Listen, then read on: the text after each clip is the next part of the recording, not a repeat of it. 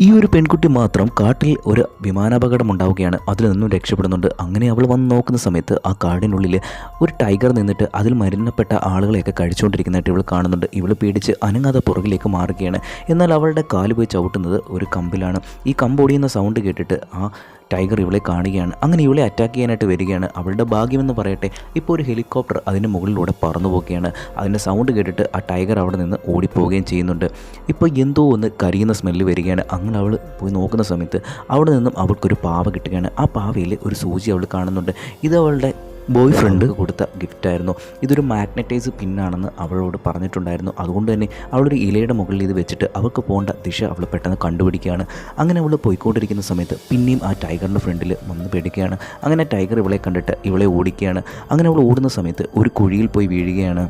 അതുകൊണ്ട് തന്നെ ടൈഗർ അവളെ വിട്ടിട്ട് അവിടെ നിന്ന് പോകുന്നുണ്ട്. ഇപ്പോൾ അപകടം സംഭവിച്ച സ്ഥലത്തേക്ക് ഒരു ഹെലികോപ്റ്റർ വരികയാണ്. അവിടെ കയ്യിലുണ്ടായിരുന്ന ഫ്ലെയർ ഗൺ യൂസ് ചെയ്തിട്ട് അവർക്ക് അടയാളം കൊടുക്കുന്നു.